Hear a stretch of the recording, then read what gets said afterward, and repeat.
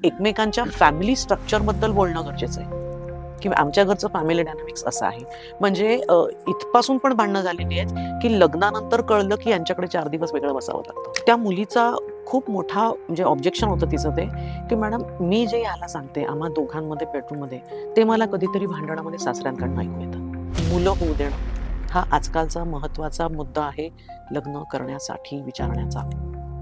बऱ्याच मुली अशा आहेत किंवा मुलं अशी आहेत ज्यांना लग्नानंतर मुलं नको आहेत आणि हे आधी सांगितलं जात नाही.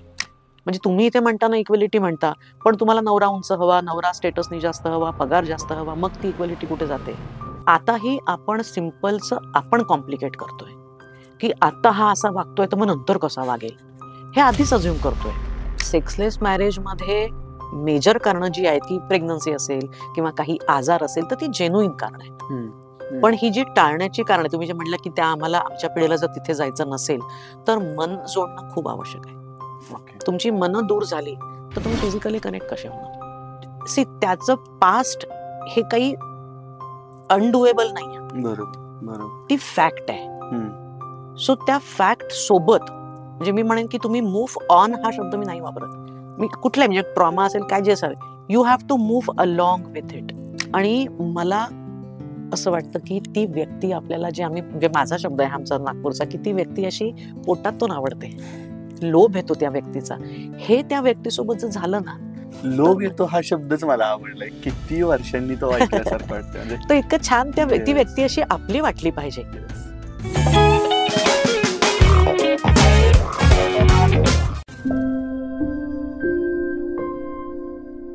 याच्यानंतरचा खूप महत्वाचा प्रश्न म्हणजे बऱ्याचदा परत हा मित्रांच्या चर्चेमधलाच प्रश्न आहे की मला वाटत नाही माझं पटेल कोणाशी किंवा मला वाटत नाही की मी लग्न करेन आणि मी ऍडजस्ट करू शकेन. सो लग्न माझ्यासाठी आहे का नाही हे ठरवायचं कसं? असं खरं तर काही पॅरामीटर नाही आहे लग्न माझ्यासाठी आहे की नाही. आता लग्न का करायचं तर कंपॅनियनशिपसाठी. ओके, जसं मी सांगितलं की तुम्हाला कंपॅनियनशिप आणि लोनलीनेस ह्या ज्या 2 गोष्टी आहेत ना त्या म्हणजे आपण जे म्हणतो ना की you don't know what is loneliness until you spend some time alone. तसं आहे ना ते. म्हणजे लग्न मी केलं असतं ह्याचा रिग्रेट तुम्हाला जर 60व्या वर्षी होणार असेल तर त्याचा खूपसा उपयोग होईल का माहित नाही. बरोबर. पण होऊ शकेल. कारण की तुमच्या सोबतचे अनेक लोकांचे लग्न झालेले आहेत. आपले भावंडात त्यांच्या आयुष्यात स्थिरावलेले आहेत आणि तुमच्यासाठी आणि मला लग्न जे म्हणतो ना की आपण 2 फॅमिलीज आहेत तर मला वाटतं की आपण आपल्या आयुष्यातला ह्युमन रिसोर्स वाढवतोय. म्हणजे मला चांगलं वाटतं ते की आपण त्याला मनुष्यबळ म्हणतो. ते वाढतंय ना. तुमच्याकडे आधी 4 माणसं होती आता 8 झालेली आहेत. मग ती जर 8 माणसं माझी असतील तर माझ्या माणसांसाठी मला काही करण्यात कमीपणा का वाटतो? आणि माझ्या माणसांसाठी मी जर काही करत असेल तर माझ्या इतरांनाही ते मानहानीचं का वाटतं? तो इथे कुठेतरी पुन्हा तो इगो येतोच आहे. आणि माझ्यासाठी लग्न आहे की नाही तर मला ऍडजस्टमेंट करायला आवडतं का? मला शेअरिंग आवडतं का? मला काहीच कोणासाठी करायचं नाही पण लोकांनी माझ्यासाठी केलं पाहिजे. असं असेल तर मग कदाचित तुम्ही लग्नासाठी नाहीत. बरोबर. आता ह्याच्या पुढचा प्रश्न आहे तो एक खूप वेळा वाटतं आपल्याला की डोक्यात वेगळा विचार चाललेला असतो आणि हृदय आपल्याला म्हणजे इमोशन्स आणि प्रॅक्टिकॅलिटी ह्याच्यामध्ये द्वंद्व होतं की निर्णय घेताना नेमकं काय विचार करावा. सो प्रश्न हाच आहे की डोकं जास्त वापरायचं लग्नाच्या नात्यामध्ये का हृदय जास्त वापरायचं? मी स्वतः ना REBT आणि CBT अशा ज्या 2 थेरपीज आहेत त्या थेरपी वापरते काउन्सिलिंगसाठी माझ्या. तर त्यामध्ये REBT is rational emotive behaviour therapy. त्याच्यामुळे त्याच्यात दोन्ही गोष्टी आहेत रॅशनल आणि इमोशन. तर त्याच्यात आम्ही एक वेन डायग्राम काढते असे 2 सर्कल्स ओव्हरलॅपिंग. एक mind is rational mind, other is emotional mind आणि जो ओव्हरलॅपिंग भाग आहे that is a wise mind. Okay. विवेकी मन जे आहे ते दोघांचे. कारण तुम्ही पूर्णपणे रॅशनल होऊन चालणारच नाहीये. इतकं लॉजिक इतकं रॅशनल जर तुम्ही राहिलात तर त्याच्यात जो ह्युमन कनेक्ट साठी इमोशनॅलिटी लागते ती राहणार नाही. बरोबर. कारण तुम्ही खूप जास्त असं एकदम तटस्थपणे आणि असं कोरडेपणाने नाही राहू शकत ना की पूर्णपणे एकदा लॉजिकचाच विचार कर. नाही होत ते. आणि इमोशननी जर पूर्ण केलं तरी पण चालत नाही. कारण की आपलं जे इव्होल्युशन आहे माणसाचं एक अमिगडेल म्हणून भाग आहे मेंदूमध्ये ज्याला एक किंवा लिम्बिक सिस्टीम वगैरे म्हणजे खूप डिटेल नाही जात ज्याला एक रेप्टिलियन ब्रेन म्हणूया आपण. ओके. रेप्टिलियन ब्रेन म्हणजे काय की तो थोडासा सर्व्हायव्हल बेस्ड इन्स्टिंक्ट बेस्ड ह्याच्यावरती असतो. पण आपलं इव्होल्युशन होऊन माणूस जो प्री फ्रंटल कॉर्टेक्स जो इव्हॉल्व झालेलं ब्रेन आहे, कारण तो विचार करतो. रेप्टिलियन ब्रेन विचार नाही करत. सो इमोशन्स आणि विचार म्हणजे रॅशनल आणि इमोशन ह्या दोन्ही याचं असलं पाहिजे. त्याच्यामुळे अगदी प्रेमात पहिल्या क्षणी पाहताच पडणं प्रॉबेबली कुठेतरी ते थोडं इमोशन बेस्ड जास्त असू शकतं. किंवा आपण जे बघतो की एखाद्या 30 वर्षाच्या मुलीने 60 वर्षाच्या माणसाशी लग्न केलं, करोडपती. It can be completely practical असू शकतं. म्हणजे मला माहित नाही त्यांचे काय आहेत, पण असू शकतं रॅशनल खूप की फक्त पैसा पाहिला म्हणजे. सो पूर्ण प्रॅक्टिकल, पूर्ण रॅशनलही नसावं आणि पूर्ण इमोशनल पण नसावं. म्हणजे माझी मुलगी जी आम्ही तिला सांगते की अशी पटकन प्रेमात पडू नकोस. आवडलं तर आवडू दे, पण होल्ड ऑन कर. वेळ घे. कारण की ना नात्याचे पण टप्पे आहेत. बरोबर. म्हणजे एखादा मित्र आहे, मग तो मोर दॅन फ्रेंड आहे, स्पेशल फ्रेंड आहे. Then you start seeing each other, you date, then you propose. बरोबर. आधीच 1 महिन्यात माझा बॉयफ्रेंड आहे वगैरे म्हणायला लागतात. तर ते थोडंसं मला वाटतं इमोशन बेस्ड जास्त असतं. त्याच्यामुळे दोन्ही याचा व्यवस्थित वापर करावा आणि विचारपूर्वक विवेकी निर्णय घ्यावा. आता याच्याबद्दल विवेकी निर्णय घेताना आणखीन एक मुद्दा येतो, तो म्हणजे आता लग्न ठरलंय किंवा लग्न ठरवायचं चाललंय. तर अशा वेळी त्या दोघांमध्ये ज्यांचं लग्न होतंय त्या दोघांमध्ये आधी कोणत्या गोष्टींबद्दल विचार झाला पाहिजे की या गोष्टी पुढं येऊ शकतात किंवा या गोष्टी पुढं आपल्याला चॅलेंज म्हणून ओव्हरकम करायच्यात, अशा कोणत्या गोष्टी? जे मुद्दे आम्ही प्रीमॅरिटल मध्ये डिस्कस करतो, तर कुठल्या गोष्टींनी वाद होऊ शकतात, कुठल्या गोष्टी एकमेकांना पटणार नाही, तर त्यामध्ये तर एक पैशाचा कसा तुम्ही वापर करता, दुसरं येतं सवयी कशा आहेत. कारण डे टू डे लाईफ मध्ये ना ते जास्त मॅटर करतं माहितीये. म्हणजे किती इग्नोर करायचं, किती सोडून द्यायचं हे जरी आपण म्हटलं, म्हणजे तुम्ही जे म्हणालात की नॉन निगोशिएबल आणि निगोशिएबल गोष्टी कुठल्या, त्या सिग्नल सारख्या, तरी देखील रोजच्या रोज काही गोष्टी इग्नोर करणं हे कठीण जातं. म्हणजे अगदी साधं उदाहरण देते बघा तुम्हाला. अंघोळीला गेल्यावरती बाथरूम मध्ये जर मुलीने हेडवॉश केला तर सगळे खाली केस पडलेले असतात. हे नंतरच्या माणसाला डिस्गस्टिंग होऊ शकतं. हे दरवेळेला त्याला कंटाळा येतो ते करायला. पण मग एकतर रोज भांडा किंवा तिन्ही ते बदला किंवा ह्यानी ते आवरा, काहीतरी ते करावं लागेल. किंवा नवीन बाथरूम करा, 2 वेगळे बाथरूम करा. पण ते माहित नाही म्हणजे तो ऑप्शन सगळ्यांना जमेल का? सो काहीतरी त्याच्यातनं सोल्युशन काढणं हे गरजेचं आहे. तर सवयी कशा आहेत? दुसरी महत्वाची गोष्ट म्हणजे मुलं होऊ देणं. हा आजकालचा महत्वाचा मुद्दा आहे लग्न करण्यासाठी विचारण्याचा. कारण की बऱ्याच मुली अशा आहेत किंवा मुलं अशी आहेत ज्यांना लग्नानंतर मुलं नको आहेत आणि हे आधी सांगितलं जात नाही. आणि त्याच्यानंतर मग खूप भांडण होतात कारण की हा खूपच मेजर मुद्दा आहे. म्हणजे आम्हाला माहितीच नव्हतं की ह्याला मुलं नको आहेत.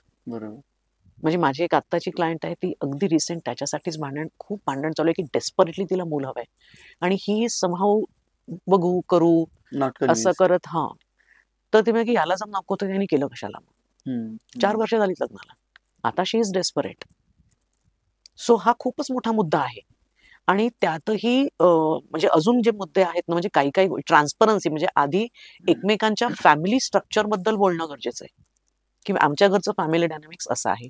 म्हणजे इथपासून पण भांडणं झालेली आहेत की लग्नानंतर कळलं की यांच्याकडे 4 दिवस वेगळं बसावं लागतं. याही गोष्टी महत्वाच्या आहेत आधी माहिती असणं. बरोबर. कारण ते तिला माहिती असेलच, आवश्यक म्हणजे आहे ते ना, की तिला ते आवडेल का माहित नाही, पटेल का माहित नाही. पण पटलं नाही तरी जर कोणासाठी केल्याने जर वाद होणार नसतील किंवा आपण आपल्या माणसासाठी केलं असं होत असेल किंवा 4 दिवस आपल्याला आराम होतो असं जर वेगळ्या अँगलनी पाहिलं तर ते करता पण येतं. पण हे आधी माहिती असणं गरजेचं आहे. ओके. तसंच आधी जे म्हणजे माहिती असायला पाहिजे की गृहीत धरतात लोक की लग्नानंतर मुली नाव बदलतील, आजकाल बदलतीलच असं नाही. मग तेही त्यांना वाटतं की अजून आमची झालीच नाही, हिने आपलंच नाव लावलंय आधीचं. म्हणजे अर्थ कशाचेही काढले जातात हवे तसे. ते पण एक मोठं कारण आहे घटस्फोटाचं की आपल्याला हवे तसे अर्थ काढले जातात. पण या गोष्टींवर आधी बोललं पाहिजे. मुलीने नोकरी करिअर करणं आणि एकदा लग्नाला 2 वर्ष झाली, ते फॅमिली मेकिंगचा विचार करतायत आणि लेटेस्ट हिला US मध्ये 1 वर्षाच्या प्रोजेक्टला ती चालली. मग काय करावं? मूल 1 वर्षानंतर होऊ द्यावं का प्रमोशन टाळावं USचं? सो तुमचा काय स्टँड आहे याच्यावरती, समजा असं झालं तर, हम्म, हे आधी हम्म. बोलायला पाहिजे. कारण आपल्या फील्ड मधल्या गोष्टी आपल्याला माहिती असू शकतात. आपण त्यांचा अंदाज घेऊ शकतो की माझ्या प्रोफेशनल लाईफ मध्ये पुढे जाऊन काय होणार आहे, काय होऊ शकतं. नाही, बरोबर आणि आहे. माहीत जरी नसलं ना तरी की नाही बा आमच्याकडे बायकांनी नोकरी केलेली चालत नाही, असं पण असू शकतं. म्हणजे माझ्याकडे पुन्हा एक जण आहे की ऍक्च्युली, आणि ना बरेच घटस्फोट जे झालेत किंवा जे वाद आहेत ना, ते नवरा बायकोंचं चांगलं पडतं माहितीये, ते ह्या बाकीच्या पेरिफेरल लोकांनीच खूप घोळ घातलेला टाळ्या असतो. टाकलेल्या असतात. खूप खूप अगदी. तर त्या त्या मुलाला काहीच से नाही या घरामध्ये. तो सगळं वडिलांना विचारून करतो. ओ. म्हणजे वडिलांना विचारून करतो म्हणण्यापेक्षा वडिलांना विचारावं लागतं. ओके. नाही विचारलं तर. आणि त्या मुलीचा खूप मोठा म्हणजे ऑब्जेक्शन होतं तिचं ते, की मॅडम मी जे याला सांगते आम्हा दोघांमध्ये बेडरूममध्ये, ते मला कधीतरी भांडणामध्ये सासऱ्यांकडनं ऐकू येतं. मग आता हे पण जर तो सांगत असेल, तर मग तो विश्वास काय कामाचा? बरोबर आहे. त्यामुळे ह्या खूप गोष्टी महत्त्वाच्या आहेत, की बाउंडरीज आखणं, हे विचारणं, की माझी बाजू किती घेशील? हम्म, हम्म, हम्म. बरेच मुलं असे आहेत किंवा मुली पण अशा आहेत, की त्या नातेवाईकांपुढे, मित्रमंडळीमध्ये इतक्या सहजपणे मस्करी करतात आपल्या जोडीदाराची. म्हणजे असंच टोमणा मारणं किंवा उघडं पाडतात. हां, हम्म, म्हणजे हम्म. अगदी असं नाही बरं का, की हे नवीन लग्नवाले अगदी नवीन जनरेशनचे आहे. हे अगदी 60ला 70ला पोहोचलेले पण आहे. समजा मी त्यांना एकाला म्हटलं होतं, की आम्ही तुमच्याकडे जमलं तर या आठवड्यात येऊ. ते म्हणले, "आधी सांगावं म्हणे, आमच्याकडे फार पसारा असतो घरात." मग आता हे टोमणाच झाला ना हा. तर हे त्या बाईला काय वाटेल त्या क्षणी? तर हे वयाच्या 65व्या वर्षी पण जर तिला ऐकावं लागत असेल, तर दॅट्स नॉट फेअर. बरोबर आहे. म्हणजे अ, छोट्या-छोट्या गोष्टींनी मनं राखता येतात आणि ही व्यक्ती आपल्यासाठी आहे. मला एक गोष्ट म्हणजे आता ही थोड्याशा दिवसांमध्ये काय समजली, की तुम्हाला रोज एफर्ट्स घ्यायचे. तुम्ही काही करा. हो. म्हणजे तुम्हाला ज्यावेळी तुमची शक्ती नसेल, तुम्ही खूप वैतागलेले असाल, त्रासलेले असाल, दमलेले असाल, तर तुम्हाला ते सांगण्याचे एफर्ट्स घ्यायचे, की माझी हो. ही कंडिशन आहे. अ, आजचं उद्या बघूयात आपण. पण हे सांगितलं पाहिजे, हे कम्युनिकेशन झालं पाहिजे. पण मॅडम मग आता लग्न करायचंय हा जो. याला ना म्हणजे हां, हां. Sorry I yes, interrupt you. Yes, yes, yes. याला मी असं सांगते, की नातं आणि मसल्स हं. हे सारखे आहेत. तुम्ही रोज जिममध्ये जाता, बायसेप्स घेता, महिन्याभराने थांबवलं की पुन्हा लूज व्हायला लागतं. तुम्हाला ते जर मसल्स कमवायचे असतील, तर रोज वर्कआउट करावं लागतं. येस. तसं नातं कमवायचं असेल, तर रोज त्याच्यावर काम करावं लागतं. आणि ते ते गृहीत सोडून देऊ धरून शकत. चालत नाही. बरोबर. गृहीत धरलं की ते सुटलं. सुटलं की मग सुटलंच.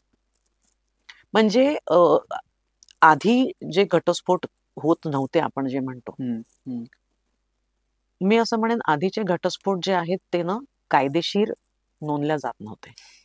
कारण ते घटस्फोट हे लीगल किंवा सोशल नसून ते इमोशनल घटस्फोट होते. बरोबर. आताही तसंच आहे. पण आता इमोशनल घटस्फोट आला की तो तातडीने लीगल आणि सोशल होऊन तो मोडला जातो. म्हटलं. आधीचे त्यांनी खेचलीत ना ते. म्हणजे एखादी जेव्हा बाई म्हणते ना, की "बापरे! माझा नवरा चालला टूरला, आता 15 दिवस आराम आहे बाई मला." वाईट आहे ना हे, की 15 दिवस तुझा नवरा गेला तुला बरं वाटतंय. म्हणजे नवरा असताना किती स्ट्रेस आहे तुला. बरोबर. म्हणजे ह्या असे जर तुमचे विचार असतील किंवा असं जर तुम्हाला ऐकायला येत असेल, तर तुम्हाला त्याच्यावरती नक्कीच पाहायला पाहिजे, की काय नेमकं गडबड आहे. What went wrong. हां. किंवा काय आहे असं, की जे आपल्याला आवडत नाही? हं, काय आहे हं. असं जे आपण पोहचवू शकत नाही? म्हणजे जे मी म्हटलं, की मसल्स प्रमाणे आहे ते. If you love somebody, you have to show it. गृहीत धरून नाही चालणार ते. म्हणजे किती वेळा तुमच्या वागण्यातून, की हे असं वागतात आहेत म्हणजे हे आपल्यावर प्रेम करतात. दाखवा ना ओव्हर्टली. एखाद्या व्यक्तीला, ती व्यक्ती जर तुमच्या आयुष्यात स्पेशल आहे, तर त्या व्यक्तीला स्पेशल फील करून देण्यात प्रॉब्लेम काय आहे? बरोबर, बरोबर, हरकत नाही ना त्याच्यासाठी काही करायला. बरोबर. आता लग्न करताना माझं वय झालंय म्हणून लग्न करायचं, का माझी मानसिक तयारी आहे म्हणून लग्न करायचं? म्हणजे लग्नाचं नेमकं वय काय? आता आपल्याकडे कायद्याने दिली 21व्या वर्षी परमिशन, 18व्या वर्षी परमिशन. म्हणून 21व्या वर्षी लगेच लग्न केलंच पाहिजे का? याबद्दल काय वाटतं तुम्हाला? अ, 18 आणि 21 तर जे आहे ना, तर ते कुठेतरी शारीरिक दृष्ट्या बरोबर. धरून केलेलं आहे, की जर बाळ व्हायचं असेल, तर त्या स्त्रीचं शरीर पूर्ण तयार पाहिजे. हं, म्हणजे हं. 18 तसं खरं कमीच आहे, पण व्हॉटएव्हर. लग्नाचं वय असं खरं तर नाही. ओके. ओके. म्हणजे आयडियल स्पीकिंग. हं, हं, हं. आता त्याच्यात मी माझं पर्सनल सांगते तुम्हाला. जेव्हा तुम्हाला असं वाटेल, की आपण एखाद्या व्यक्तीची हं, शारीरिक, मानसिक, आर्थिक, सामाजिक जबाबदारी घेऊ शकतो, हं. ते लग्नाचं वय. पण हे असं काही कळत नाही ना, की आता मला बरोबर, झाली बरं का ती शक्ती, असं नाही होत ते. बरोबर. पण एखाद्या व्यक्तीसोबत आपण अकोमोडेट होऊ शकतो. आता आलेले जे काही आव्हानं आहेत ते दोघं मिळून फेस करू शकतो. हा जेव्हा विश्वास आपल्याला वाटेल ना स्वतःबद्दल, तेव्हा हरकत नाही करायला. पण काय होतं, most of the times it is you versus I, it's not you and me. या तो एक खूप मोठा मुद्दा असतो. कारण की ते असं की मग मी म्हटलं की इगो किंवा वर्सेसच असतं ते. म्हणजे हे जे वर्सेस आहे ना, हे इतकं साधं ठिकाणी तुम्हाला दिसतं पालकांच्या ह्याच्यात पण, की माझी एक क्लायंट ती म्हणजे मॅडम मी मध्यंतरी ऑनलाईन 2 गाऊन मागवले. तर म्हणे दुसऱ्याच दिवशी माझ्या सासूनी सांगितलं माझ्या मुलाला की मला पण हवेत मग. म्हणजे खूप गमती-जमती आहे त्या सगळ्या ह्याच्यामध्ये. पण त्याच्यासाठी थोडीशी एक जी वैचारिक प्रगल्भता लागते, मॅच्युरिटी लागते. ती शिक्षण, वय, कुठलेच डेमोग्राफिक्स याच्याशी निगडीत नाहीत. ओके. अजिबातच नाही. म्हणजे अगदी ग्रामीण भागातली अशिक्षित बाई अतिशय मनाने विचारी आणि उत्तम खंबीर मोठ्या असू मनाची शकते. असू शकते. बरोबर. अगदीच असू शकते. पण मला पर्सनल जर विचार आला, तर मला असं वाटतं की एखाद्या मुलीने आणि मुलाने लग्न, म्हणजे मुलीचं लग्न साधारण 25व्या वर्षी आणि मुलाचं 27व्या वर्षी व्हावं. म्हणजे 1-2 वर्ष तुम्हाला छान तो एक म्हणजे वेळ कोर्टिंग मिळतो. पिरियड जो आहे तो पण एन्जॉय करता येतो. आणि मग तुम्ही 30शी पर्यंत तुमचं फॅमिली मेकिंग संपवू शकता. ओके. आता कसं होतं 30, 31, 32च्या पुढे लग्नाचा विचार करतात. म्हणजे त्या मॅट्रिमोनी याच्यावरती मला दिसतं तर 33, 34, 35 वर्षाच्या पण मुली आहेत. म्हणजे मी माझ्या मुलीला म्हणते की म्हटलं, "अरे तुम्ही म्हणजे मेनोपॉज यायच्या आत तर काही आयुष्य जगाल का नाही?" म्हणजे काहीतरी त्याला खरंच असलं पाहिजे ना, काहीतरी त्याला तारतम्य. तर तसं व्हायला हरकत नाही आहे. पण 30शी नंतर कारण तुम्ही एकदा आई-बाबा झालेत ना, किंवा ते नवरा-बायको पण हे कुठेतरी कुठेतरी पाठीमागे हरवतं. राहतात. म्हणजे तुम्हाला ते शोधावं लागतं मग असं जरा ओके. पटकन मिळत नाही ते. छान मस्त राहायचं असेल दोघं मिळून, ते किमान 2 वर्ष तरी सहवास एकमेकांसोबत राहा. म्हणजे माझा एक मित्र आहे, तर त्याचं लग्न झाल्यानंतर त्याची बायको 3 दिवसानंतर त्याच्याशी भांडली. का तर तू इन्स्टाला स्टोरी नाही ठेवलीस आपल्या लग्नाची म्हणून. आता त्यानं तिला प्रत्युत्तर केलं, की लग्न आपलं झालंय. जी लोकं असायला हवी होती ती लग्नाला होती. मग परत दुनियेला सांगायची गरज काय? माझं लग्न झालंय हे ज्यांना माहिती आहे त्यांना माहिती आहे. मग यावेळी त्यानं काय हे स्टँड काय घ्यायचा त्यानं? नवरा तिचा घरी भांडी घासतो. म्हणजे ही ऑफिसमधनं येईपर्यंत झाडू पोछा करतो आणि थकली-बिकली असेल तर पाय वगैरे पण दाबतो. म्हणजे असं काही त्याच्यात वेगळं असं काही नाही, पण तो करतो बऱ्यापैकी. पण तो म्हणला, "मॅडम मला असं खूप डी-पी ठेवत नाहीत माझे वगैरे असं." म्हणजे ही डझंट शो ऑफ.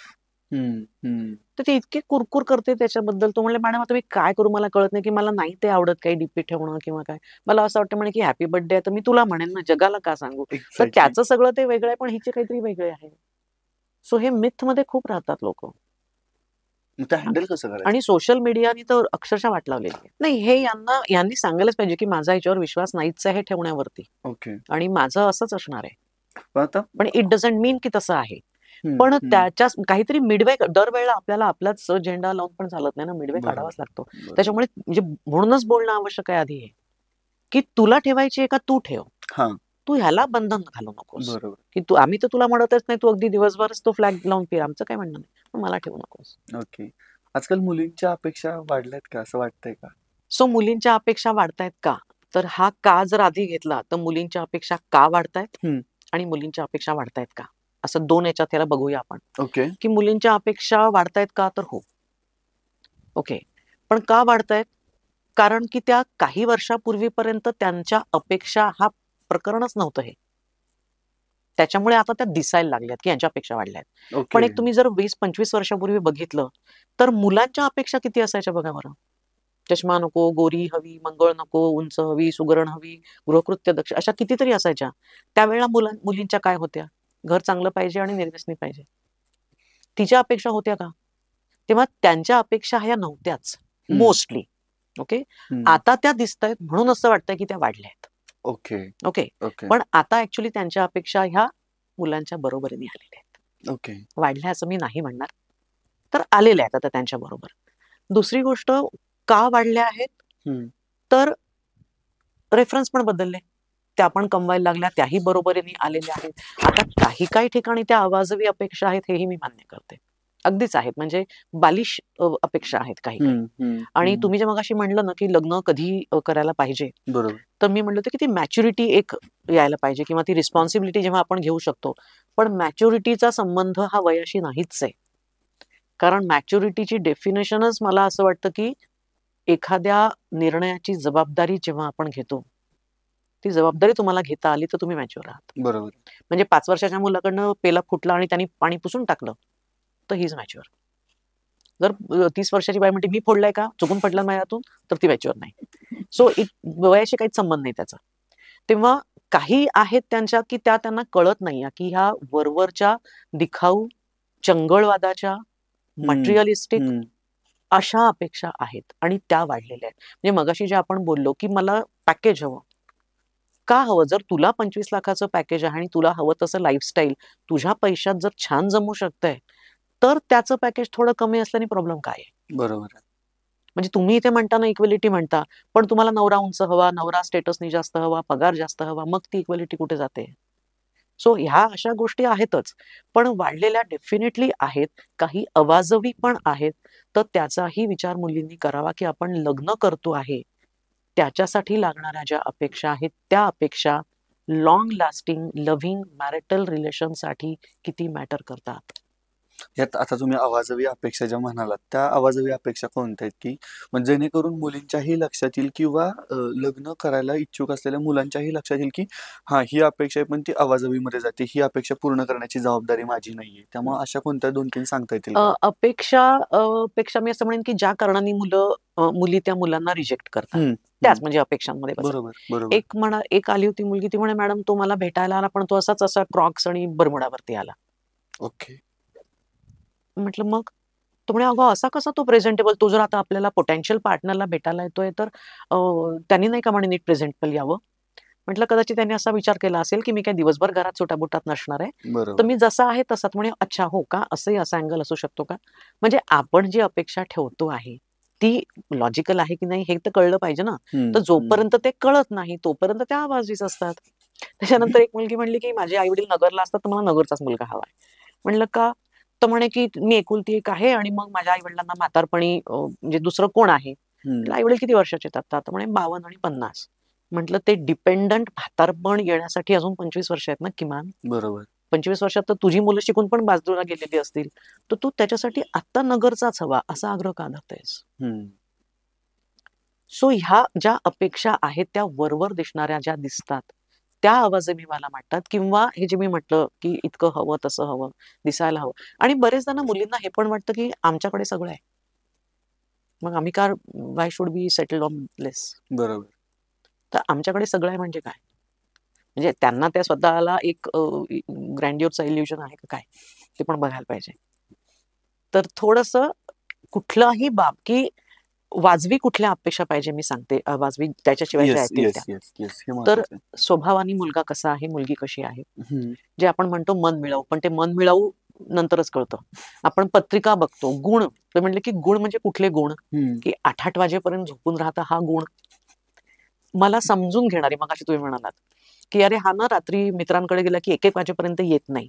हे तिने समजून घ्यायला पाहिजे. म्हणजे समजून घेणं म्हणजे काय? इतकं वेग आहे सगळं ना. तर पुन्हा तेच येतं की तुमची अडॅप्टेबिलिटी बरोबर. कन्व्हे करणं, कम्युनिकेशन खूप मॅटर करतं. तर वाजवी कुठल्या अपेक्षा आहेत, तर त्याला डिसिजन मेकिंगमध्ये दोघांचा इक्वल सहभाग घेतोय का? हं, हं, आलेला प्रश्न सोड आणि प्री मॅरिटल काउन्सिलिंगकडे जे येतात ना, हं. त्याच्यातनं इनडायरेक्टली हे पण एक संदेश जातो, की आपल्याला प्रॉब्लेम जर आला, तर आपण तिसऱ्या माणसाची मदत घेऊ शकतो. हे आधी पण कळलंय ना, की नाही आम्हाला नाही गरज वाटत.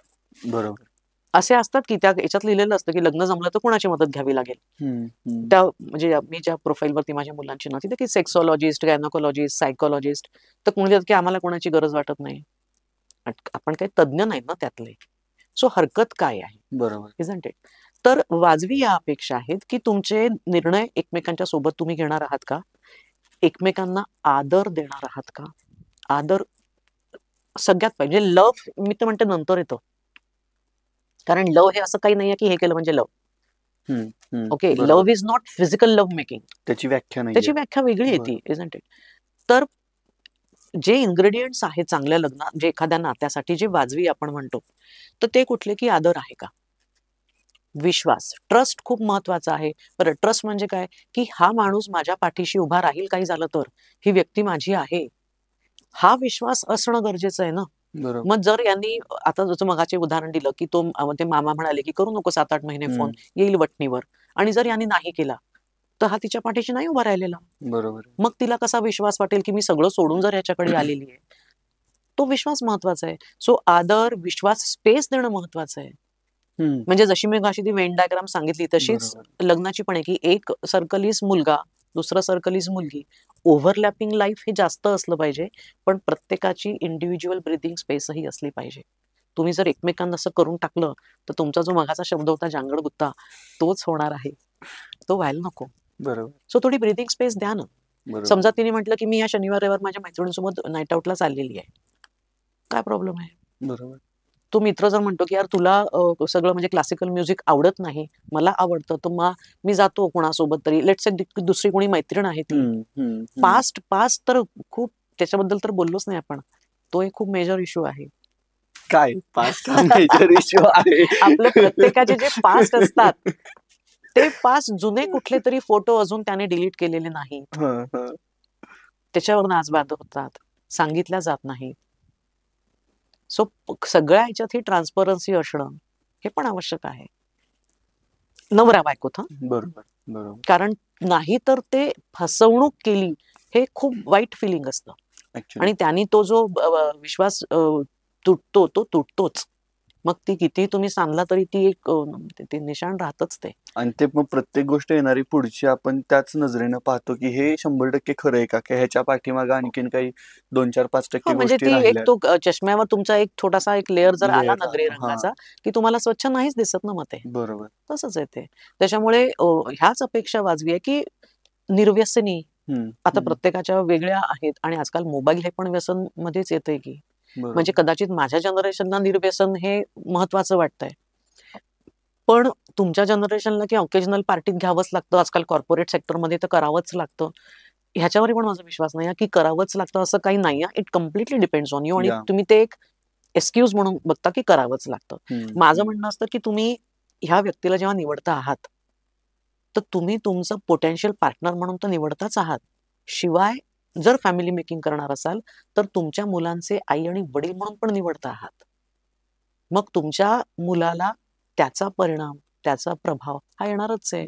मग असे लोक आहेत का ते की ते तुम्हाला चालणार आहे? हा विचार किती लोक करतात? खूपच कमी, खूप कमी करतात. त्याच्यामुळे म्हणलं की वरवर जे दिसतंय ना, आता खूप मोठा वडिलांचा खूप मोठा बंगला आहे, मुलाचा नाहीच आहे ना, तो वडिलांनी कमवलेला आहे. बरोबर. म्हणजे मुलगा कर्तृत्ववान जर असेल तर कमवेल ना.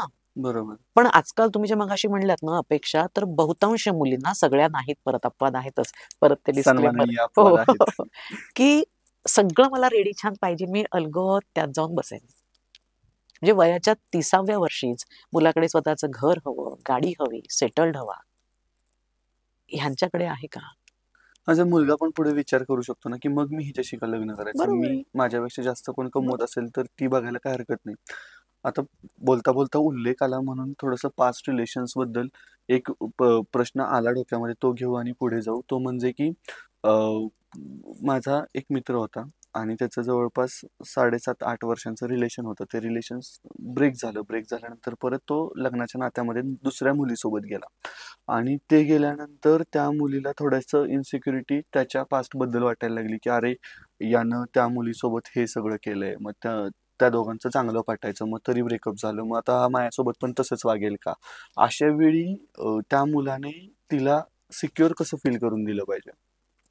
आता हा ना परत ह्या मुलीच्याही मनाचा खेळ आहे हा सर. ओके. आता जेव्हा तुम्ही त्याला स्वीकारलेलं आहे तर तुम्हाला माहितीच नव्हतं का? तर असं नाही, माहिती होतं की आहे. त्यांनी फसवणूक केली का? तर नाही, त्यांनी सांगितलं होतं माझं पास्ट आहे अमुक तमुक. आता दरवेळेला तो भूतकाळाचा किडा किंवा ते भूतच असतं ते मानगुटीवर जर तुम्ही वर्तमानातही ठेवत गेलात तर मग तुम्हाला अशक्य होतं जगणं. बरोबर. मग आता तुम्ही त्या व्यक्तीला ठरवलंय ना की निवडलेलं आहे, तर त्याचं पास्ट हे काही अनडुएबल नाही आहे. बरोबर. बरोबर. ती फॅक्ट आहे.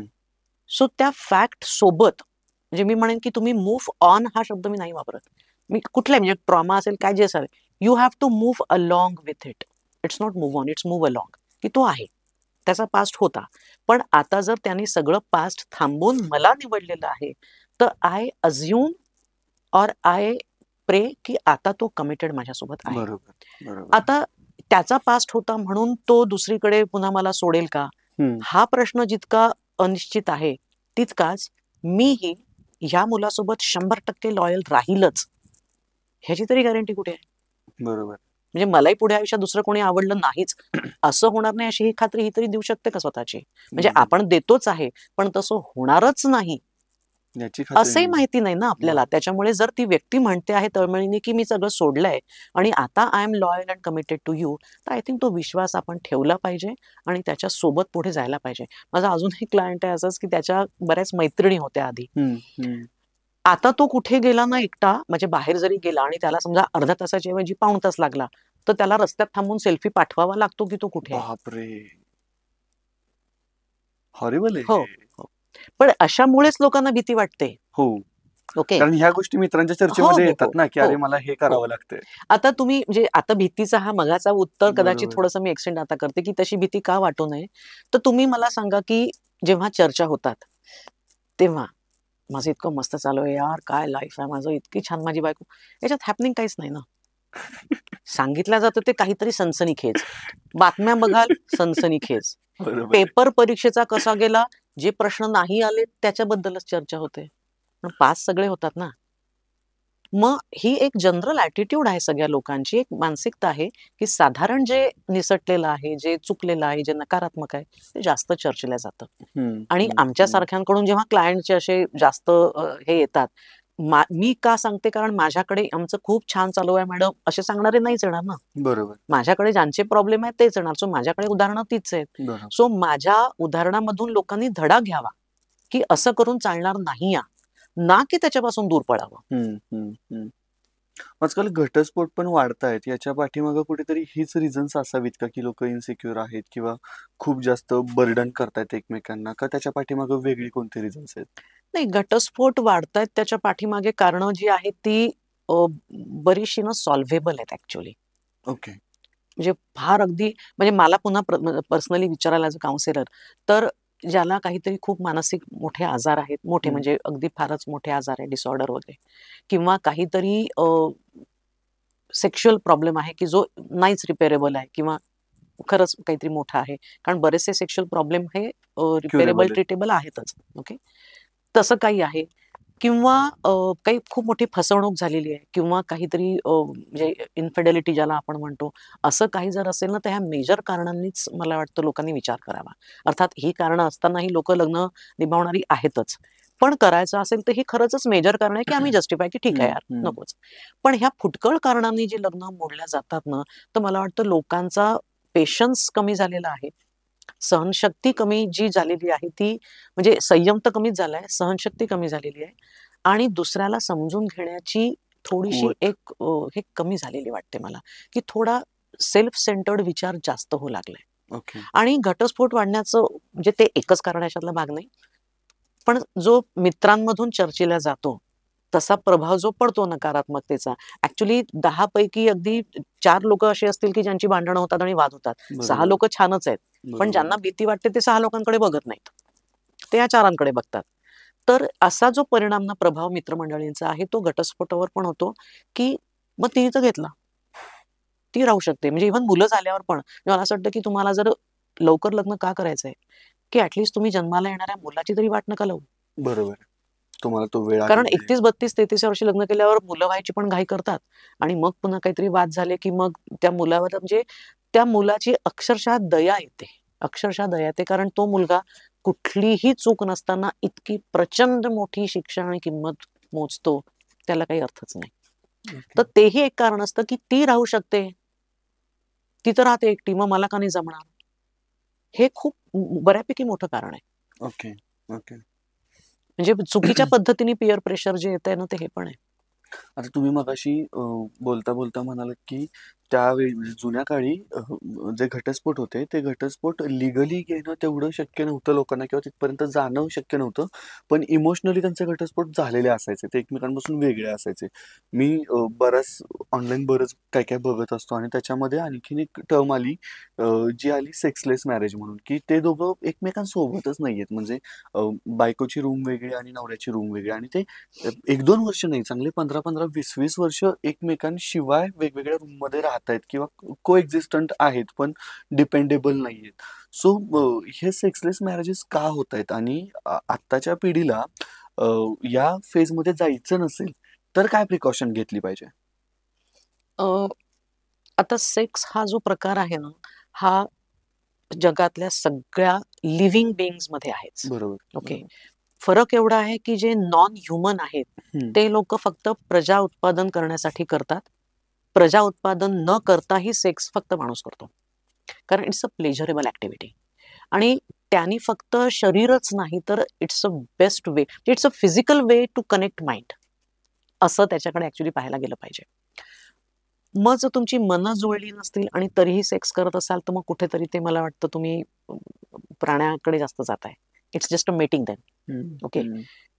पण तो एन्जॉयबल पार्ट करण्यासाठी, कारण it is one of the needs also ना, आणि या एन्जॉयबल तो केलाय, तर तो खूप मेजर काय म्हणता येईल त्याला, पुरावा आहे असं म्हणेन मी, की तुम्ही एकमेकांना आवडता, एकमेकांना हवे आहेत. जर सेक्स नसेल तर कुठेतरी रिजेक्शन असू शकतं, कारण आपण नाकारलंय. तर ती कारणं काय आहेत? तर ते सेक्स नाकारण्याचं कारण हे एकदम एका दिवशी येत नाही. आणि जे मगाशी मी म्हटलं, म्हणजे परत एकदा, की माझ्यामुळे असं कोणाला वाटायला नको, की अरे आधी सगळे असे इमोशनल ब्रेकअप तर नाही. इमोशनल डायव्होर्स काही सगळेच नव्हते. पण तेव्हा सहनशक्ती वेगळी होती आणि तेव्हा ॲक्चुअली अपेक्षा पण वेगळ्या होत्या. तेव्हा तुम्ही बघाल तर कुटुंब एकत्र असायचं. प्रत्येकाची सेपरेट बेडरूम ही नव्हतीच. नव्हती. बरोबर. त्याच्यामुळे अक्षरशः एका खोलीमध्ये आळीपाळीनी जोडपे झोपायला जात. त्याच्यामुळे सेक्स हा प्रकार रोज होणार नाहीये, की आठवड्याला होणार नाही का, काय जे काही असेल ते, ते माहिती होतं त्यांना. हं. आणि म्हणूनच असा चुटपुटता हाताला लागलेला स्पर्श किंवा इव्हन लग्नात हाताला हात लागणं वगैरे यांनी पण छान वाटायचं तेव्हा. आता तसं काही उरलंच नाहीये ना. आता अराउज होण्यासाठी दिवसभर ती मुलगी पण हाफ पॅन्टात फिरत असते, मुलगा पण बरमुडात फिरत असतो. तो तर वेगळेपण नाविन्य काही राहिलेलंच नाहीये. त्याच्यातली नव्हाळी गेलेली आहे. एकमेकांच्या बॉडीज एक्सप्लोर करण्याचा प्रकार हा कितका अति आधीच होऊन जातो किंवा खूप म्हणजे काय म्हणतात त्याला, अवास्तव पद्धतीने एक्सपेक्टेड असतं. तोही एक कारण आहे. आणि सेक्सलेस मॅरेजपर्यंत पोहोचण्यासाठी मला असं वाटतं, की कुठेतरी सुरुवाती मन दुरावण्यापासून होते. ओके. कारण सेक्सलेस मॅरेजमध्ये मेजर कारणं जी आहेत, की प्रेग्नन्सी असेल किंवा काही आजार असेल, तर ती जेन्युइन कारणं आहेत. हं, पण हं. ही जी टाळण्याची कारणं तुम्ही जे म्हटलं, की त्या आम्हाला आमच्या पिढीला जर तिथे जायचं नसेल, तर मन जोडणं खूप आवश्यक आहे. ओके. तुमची मनं दूर झाली, तर तुम्ही फिजिकली कनेक्ट कसे होणार? बरोबर. म्हणजे then it becomes the marital rape. त्याच्याबद्दल पण फारसं कोणी बोलतच नाही, हं, की हं. माझं नाहीच आहे इच्छा. माझी म्हणजे मी या माणसाला नको वाटतो मला हा माणूस. पण तरीही त्याच्यासोबत राहावं लागतं, कारण की ही फोर्सेस. सो मॅरिटल रेप हे खूप कॉमन आहे. अशा केसेस येतात तुमच्याकडे? त्या खूप आपल्याकडनं चर्चेलाच नाही जात. चर्चेला नाही जात म्हणजे किंवा तो त्यांनाही एक ते स्टिग्मा आहे. कमीपणा वाटतो की कुठे हं, जायचं हं, घरचं हं. बाहेर बोलायला. पण ओके. ज्या येतात ते त्यांना सांगतात कधी-कधी, की हो म्हणजे आमची नसते इच्छा, पण आता काय करणार? केलंय लग्न असं वगैरे. तर तो भाग असू शकतो. त्यामुळे तुम्हाला सेक्स लाईफ जर एन्जॉय करायचं किंवा सेक्सलेसपर्यंत जायचं नसेल, तर एकमेकांची खूप मनापासून काळजी घेणं. जो आदर, विश्वास तो तर भाग आहेच. आणि मला असं वाटतं, की ती व्यक्ती आपल्याला, जे आम्ही, म्हणजे माझा शब्द आहे आमचा नागपूरचा, की ती व्यक्ती अशी पोटातून आवडते. लोभ येतो त्या व्यक्तीचा. हे त्या व्यक्तीसोबत जर झालं ना, तर लोभ येतो हा शब्दच मला आवडलाय. किती वर्षांनी तो ऐकल्यासारखं वाटतंय. म्हणजे तो इतकं छान, ती येस, व्यक्ती अशी आपली वाटली पाहिजे. येस. आणि ती वाटण्याची सुरुवात किंवा वाटण्याच्या प्रसंग हे रोज 100 एक वाक्य आहे, की marriage is not a big thing. Marriage is millions of little things. Okay. आणि त्या लिटल थिंग्स आपल्याला शोधता आल्या पाहिजे. म्हणजे मला माझा नवरा भलेही खूप अगदी मिठ्या मारून, की "वॉव! किती गोड हनी." अगदी आजकाल ते करत, असं नसेल करत. पण समजा आता मी पोळ्या करताना उभी आहे, तर म्हणते, "अगं काहीतरी पायपोस घे ना खाली, किती गार आहे." So it's a romance. हं, असं काही नाही, की तुमचं हं. ते लव्ही-डव्ही असणं हे फार प्रकार आहे आजकाल. जरुरी नाही ना ते, की हा व्यक्ती माझा विचार करतो. This is enough. खरंय. खरं. आता शेवटच्या टप्प्याकडे येऊयात आपण पॉडकास्टच्या. आणि ते येत असताना मला विचारायचंय की जसं लग्न करताना मुलांच्या आणि मुलगा मुलगी दोघांच्या डोक्यात जसे काही विचार चालू असतात, बऱ्याच गोष्टींसोबत ते दोघं डील करत असतील, तसे ऑफकोर्स पालकांच्या डोक्यात सुद्धा चालू असतील ना, की बाबा हिला मी वयाची 25, 26, 27 वर्ष माझ्या समोर वाढवलंय आणि आता ती दुसऱ्या घरात जाणार आहे.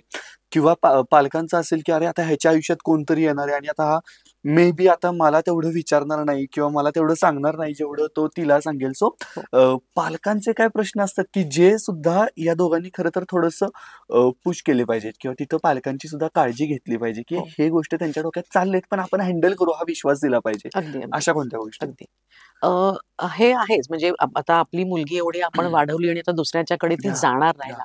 So it's really very hurtful. पण हर्टफुल म्हणजे दुःख नाही करत आहे. तो छान वाटण्याची गोष्ट असते ती. पण त्रास होतोच तेव्हा डेफिनेटली.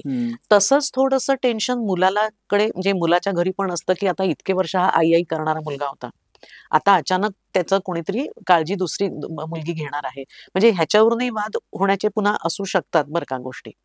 दोन्ही आया स्पेशली, कारण की वडील हे इतके एक्सप्रेसिव्ह नसतात. खूप जास्त असतीलच असं नाही. तसं तसंच ते बऱ्यापैकी आपल्या व्यवसायात, कामांमध्ये असतात आणि त्यांचं लक्ष असतं. म्हणजे नाही असं नाही, त्या घारीसारखं बघत असतात ते. पण बायका जितक्या इमोशनली एक्सप्रेसिव्ह असतात तसं ते असतीलच असं नाही. तर हे या पालकांनी अगदी ठामपणे स्वतःला सांगायला पाहिजे की आता आपण त्यांना त्यांच्या पायावर उभं केलेलं आहे. सक्षम ते झालेले आहेत. त्याच्यामुळे त्यांना आता आपली पहिले पडायची तशी गरज पडणार नाहीये आणि पडायला नको. पडणार पडायला नाही नको. पडायला नको. हां. आणि पडली तरी त्याला सांगायचं की हे बघ, तू काही मदत लागली तर आम्हाला सांग. आम्ही नक्कीच आहोत. पण आता तुम्हा दोघांना आयुष्य हे पुढे जायचंय. तर म्हणजे मुलीच्या आईला ती जी असते ना, की आपल्या मुलीला कुठलाही त्रास होता कामा नये. म्हणून मग ती वारंवार चेक करत राहणार, वारंवार की जावईला फोन करणार की तुम्ही असं का केलं? हे होतं कारण की तिचा कन्सर्न तो असतो. म्हणजे बेसिकली ना पालकांचे मोटिव्ह म्हणजे इंटेन्शन्स जे असतात ते काही चुकीचे नसतातच. पण ते थोडेसे म्हणजे ढवळाढवळ हस्तक्षेपाकडे जातात मग ते. इमोशनली ड्रिव्हन असतात आणि त्यामुळे ते काळजीपोटी पण असं काहीतरी करतात की जे त्यांना हस्तक्षेप वाटतो. हस्तक्षेप होतोच तो. तर त्या पालकांनी हे कुठेतरी त्यांच्याशी इमोशनली डिटॅच्ड किंवा अटॅचेबली डिटॅच्ड हे थोडंसं करता आलं पाहिजे. की सांगायचं आणि मग आपली मर्यादा थांबायची आणि मग की आम्हाला असं वाटतंय तुम्ही करावं, पण तुम्ही ठरवा. म्हणजे ओपिनियन द्या, डिसिजन त्यांना घेऊ द्या आणि त्यांच्या डिसिजनचा रिस्पेक्ट करा. आम्ही तर म्हटलं होतं, असं पुन्हा वरून त्याच्यामध्ये नको. आणि मला बरेचदा असं वाटतं की ज्या आया म्हणजे तुम्ही जे म्हणता की मुलीच्या आईने काय, तर बरेचदा असं होतं ना की आई या व्यक्तिरेखेलाच विलन म्हणून. येस, माझा पुढचा प्रश्न ऍक्च्युअली तोच होता की मुलीची आईच विलन का असते? म्हणजे मुलाची आई किंवा बाकी नातेवाईक जे आहेत त्यांच्याकडे तेवढा दोष दाखवला जात नाही जर हे नातं फिसकटलं किंवा काय झालं. पण तिची आईच बघ ना कशी वागते, तिच्या आईचंच असं, तिच्या आईचंच तसं, याच्यामध्ये त्या आईवरती एवढा ब्लेम टाकला जातो. तर आईच विलन का होते? ऍक्च्युअली मुलीचीच आई होते असं नाही. ओके. सगळ्यांच्या दोन्हीकडच्या आया आणि सगळ्यांचेच नातेवाईक हे बरा म्हणजे जरी एक अमरीश पुरी जरी असला तरी कुठेतरी तो साईडचा एक असतोच की काहीतरी हे करणारा. तेव्हा आई जे आहे ते मुलीची आई का बरं? कारण की मुलीचं वागणं तुझ्या आईने तुला हेच शिकवलं का असं म्हणून ते आईला पकडलं जातं. पण मुलाची आई देखील तितकीच कंट्रोलिंग असते. कारण की मुलाच्या वागण्याला क्वेश्चन कोणी करत नाही. बरोबर. कोण करेल? कारण की मुलगी त्यांच्या घरी गेलेली आहे. सो अजूनही ग्रामीण भागामध्ये हे आहेच ना की मुलगी नीट नांदली पाहिजे, तिथे मुलीला चांगलं वागवलं पाहिजे. सो मुलीला चांगलं वागवणं हे मेजॉरिटी लोकांच्या हाती आहे. मग ते नाराज होता कामा नये. म्हणून मग सुसरबाई तुझी पाठ मऊ असं करत ते त्या आपण जे म्हणतो तसं केलं जातं सासरच्या लोकांबद्दल की नको म्हणूनच त्यांचा मानपान कर, हे कर, की ते नाराज होता कामा नये. पण मुलाची आई देखील तितकीच कंट्रोलिंग आहे. तितकीच ती मुलाचं थ्रू आपलं आयुष्य जगू बघते. आणि मुलीच्या आईला देखील बऱ्यापैकी जर काम जर खूप नसेल ना तर तुम्हाला मुलीचं आयुष्य हे एकच काम असतं. ओके. त्याच्यामुळे सगळ्यांनी आपापल्या आयुष्यात जर व्यवस्थित बिझी राहिले, व्यवस्थित सॅटिस्फाईड असतील, व्यवस्थित कंटेंट असतील तर हे प्रकार येत नाहीत. त्याच्यामुळे म्हणजे मला असं एका ठिकाणी मी म्हटलं होतं एका वर्कशॉपमध्ये की मुलीची आई तर ढवळाढवळ करते कारण तिला मुलीचं आयुष्य हे एकच तिचं ध्येय आहे. ती जर तिच्या आयुष्यात बिझी आहे तिला आता मला माझ्या मुलीला मी 2-2 दिवस फोन करत नाही, कारण मी पण इतकी बिझी आहे.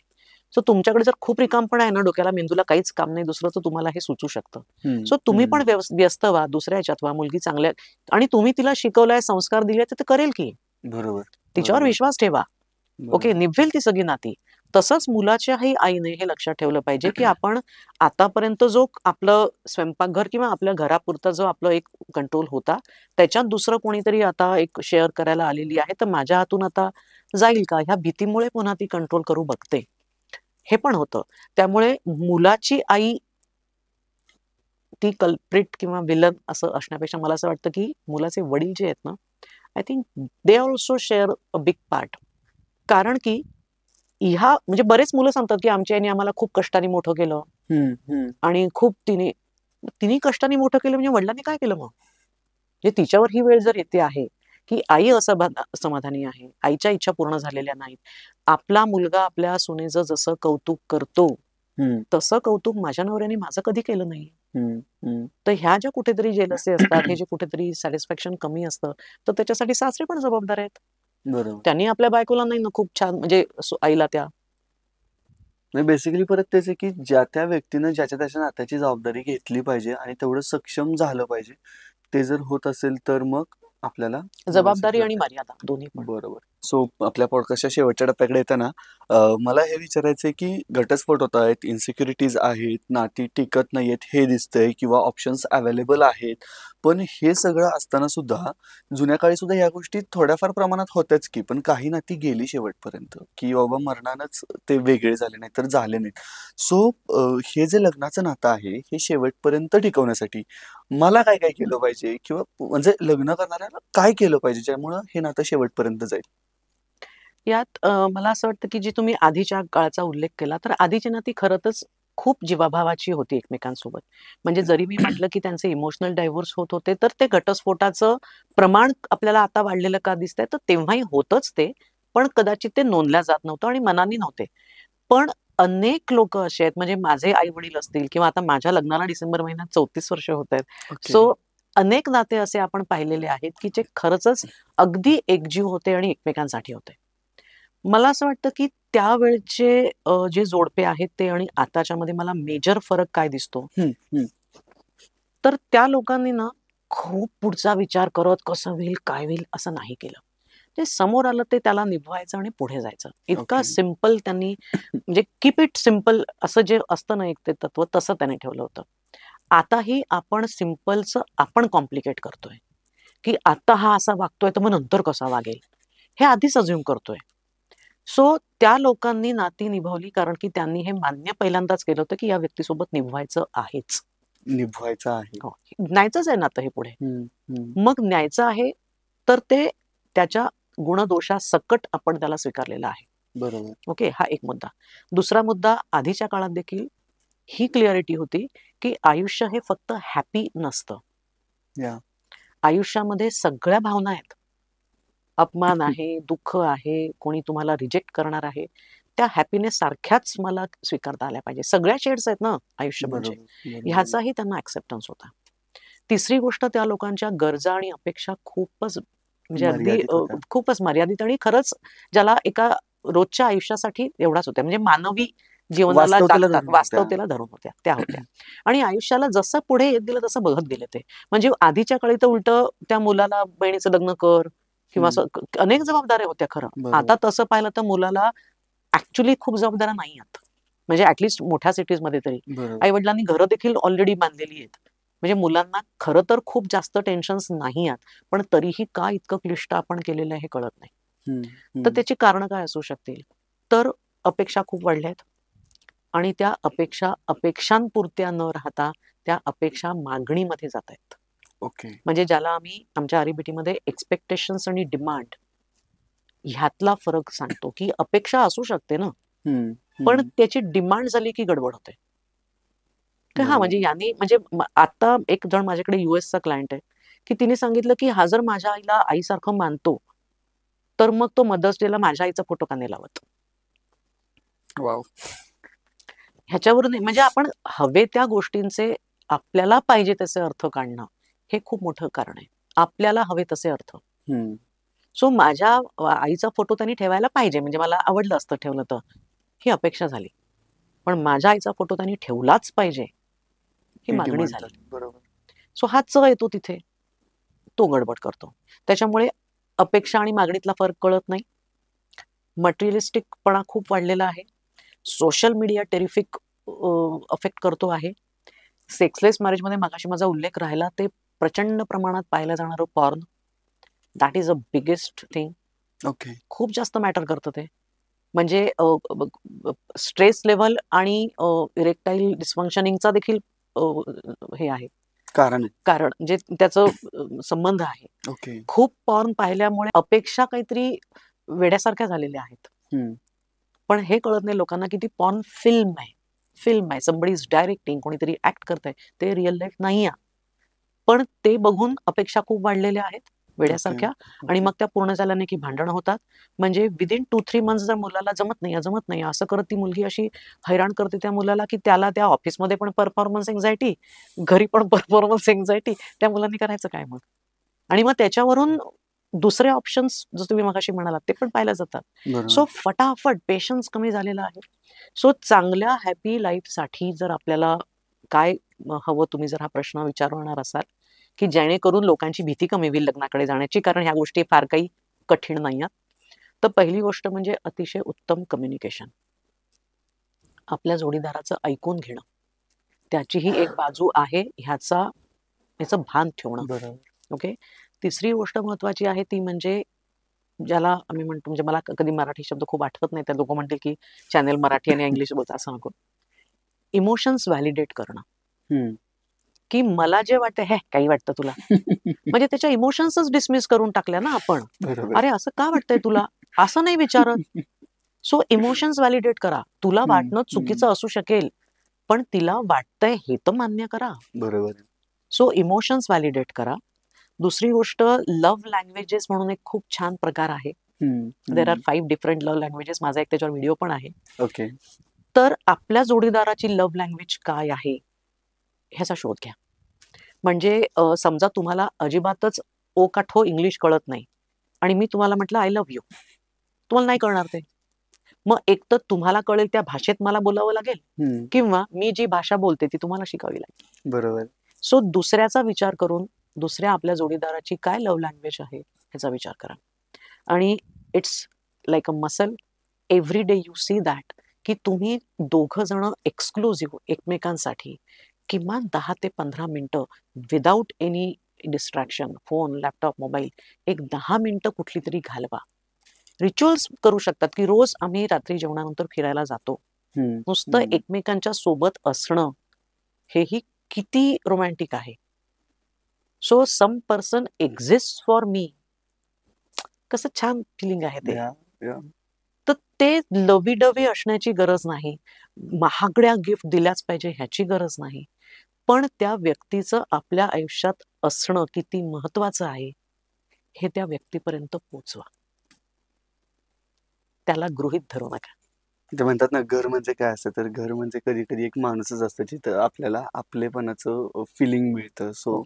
ते माणूस तुम्हाला भेटलं तर ते जपलं पाहिजे. बरोबर. म्हणजे इतक्या जगभर फिरून ओढीने जो माणूस घरी या. येतो, त्या घरी आल्यावर त्याला खूप छान फ्रेश, ज्याला सुकून म्हणतो आपण, हं, हं, तो हं. मिळेल. आणि असं ते ना वातावरण. दोघांनी एकमेकांसाठी क्रिएट केलं पाहिजे. प्रश्नच नाहीये. येस, आय गेस या पॉडकास्टमध्ये इथेच थांबायची वेळ आलेली आहे. मॅडम, खूप मनापासून धन्यवाद, की अ, जे प्रश्न होते डोक्यामध्ये, जे आम्ही विचार करून हे केलेले किंवा या गोष्टींवरती आलं पाहिजे. सो त्या सगळ्या विषयांना आपण हात घातला आणि खूप चांगल्या पद्धतीने एक सटल पॉइंट ऑफ व्ह्यू त्याच्यावरती मिळाला, की हां, हा विचार करायला हरकत नाही, हा विचार केला पाहिजे. आणि खूप सोप्या भाषेत तुम्ही सगळं सांगता. सो थँक सो मच तुम्ही आल्याबद्दल. Thank you so much. आणि मंडळी, तुम्हाला हा पॉडकास्ट कसा वाटला आम्हाला जरूर सांगा. तुमचे प्रश्न असतील तर ते तुम्ही कमेंट्समध्ये टाकू शकता. मॅडमचं जे यूट्यूब चॅनल आहे त्याची पण लिंक आपण देतोय डिस्क्रिप्शनमध्ये. सो तुम्ही मॅडमशी त्यांच्या चॅनलवरती कनेक्ट करू शकता. आणि सगळ्यात महत्त्वाचं, जर तुम्हाला आपला कंटेंट आवडत असेल तर चॅनल लाईक करा, शेअर करा आणि सबस्क्राईब करायला विसरू नका. कारण आम्हाला वेगवेगळे विषय घेऊन तुमच्यापर्यंत यायचं आहे. कारण प्रत्येक विषय आपल्याला मॅटर करतो आणि जो विषय मॅटर करतो त्याच्याबद्दल बोललं गेलं पाहिजे. So thank you. पुन्हा भेटूयात मॅडस्पिरिटच्या पुढच्या टॉक्समध्ये. थँक्यू.